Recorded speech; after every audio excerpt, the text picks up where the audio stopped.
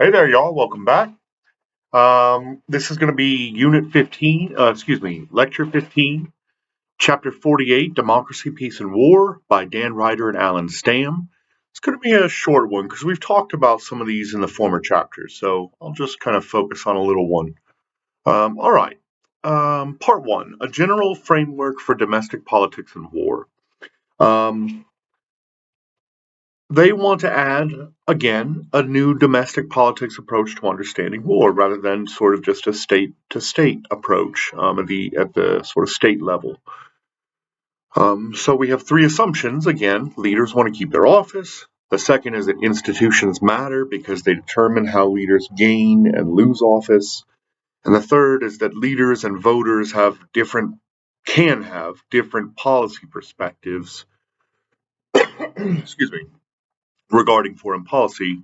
And a couple examples, at least from the United States, would be Israel and Hamas today. Biden, we know, is very, very pro-Israel, has been his whole career, whereas a lot of the Democratic Party is sort of fighting back against him, um, and suggesting that Israel is an apartheid state and they're taking things too far, and should do more for Gaza. And so the Biden administration is really struggling with this right now.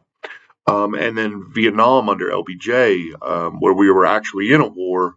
The U.S. citizens did not want to see us ramp up the Vietnam War, and it eventually cost LBJ, his political career basically, because he just kept ramping up the Vietnam War, and it led to tens of thousands, hundreds of thousands of deaths, millions when you look at both sides, and civilians, and so I mean it's horrifying. Um, so yeah, two examples of where leaders and the public can have very different opinions, right? All right, so part 1.1, public opinion constraints. So there's basically two ways they want to look at this thing. First is public opinion constraints. The second is audience costs. So we'll focus on public opinion constraints first. So first, they suggest that cheaper options tend to drive public opinion. War is expensive, right? In not only resources, but also in lives. And the people tend to bear the brunt of wars much more than their leaders do. And so the implications of that are that democracy should be less willing to go to war than autocracies who don't have these sort of public opinion constraints. The second is that the public wants to see success and that leaders fear failure. And so democratic leaders should be more accountable because they have the electoral system. And so, again, the implications of this are that democracy should be more reticent to enter into wars, and should be more likely to just enter into sort of cheap, easy wars, right? And so that's what we saw in a lot of sort of the colonialism, um, when you extend the data set of wars, further into the past. Um, the third is public constraints. Democracy should enter wars which provide public goods rather than dictators which should enter wars which will dole out private goods. Okay. Part 1.2 is audience costs. Sorry, my kitty wants to go inside. Go on, kitty. Go. Go. Okay. Um, so Fearon in 1994 sort of introduced this argument. A really famous um, researcher. I think we read him just before. Maybe we're reading him right now. No, the chapter just before we read Fearon. But he suggests that the problem is audience costs, right? That war is obviously inefficient. And if full information were available, wars wouldn't occur because both sides would basically know who would win or lose. But the problem is that leaders have an incentive to misrepresent and inflate their own capabilities and their national capabilities and to manipulate views of their intentions, right?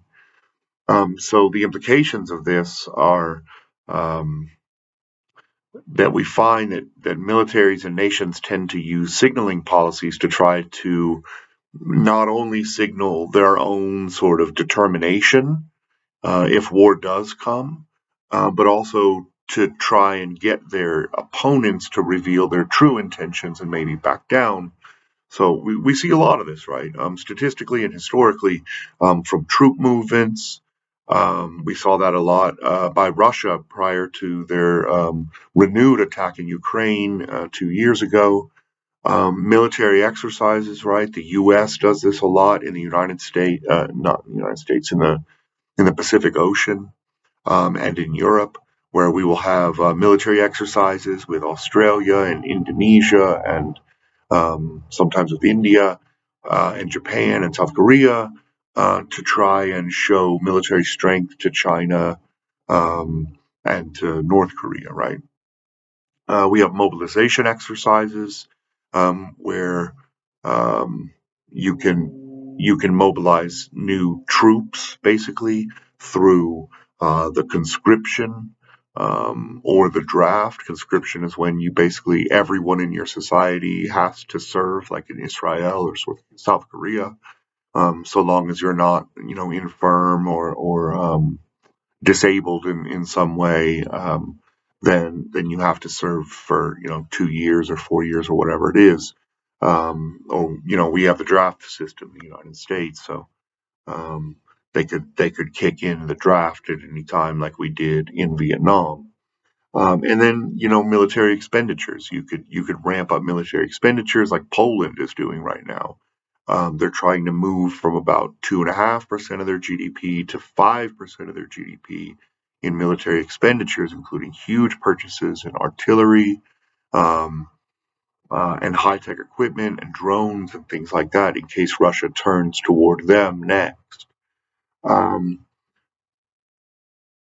they also suggest another implication of this, though, is that signaling is stronger for democracies, right? Because the high costs of backing down because you have to face voters versus dictators who can sort of ramp things up and not face consequences if they back down. All right, part two, new directions. Again, we encounter the idea that a free speech and free press system allows for criticism of bad military decisions, which don't exist in autocracy. So you should see democracies be less willing to get into bad wars, expensive wars, long term wars. Why are autocrats likely to attack democracies while other democracies are not? They suggest here that perhaps the human life and the financial cost associated with war and the sort of cost sensitivity that exists in democracies makes them more prone to attack because autocracies are skeptical of sort of their long-term resolve. Even though autocracies don't win those wars, as we learned in the former chapter, about 93 to 95% of the wars that democracies are involved in, they win. So, all right, that's it for me. Really short one. I'll see you for the final chapter. I believe is on anarchy, and let me make sure. That's going to be chapter 49 by Sergio Scaperdas of UC Irvine. So thanks for being here, and I'll see you for the next one. Have a great day.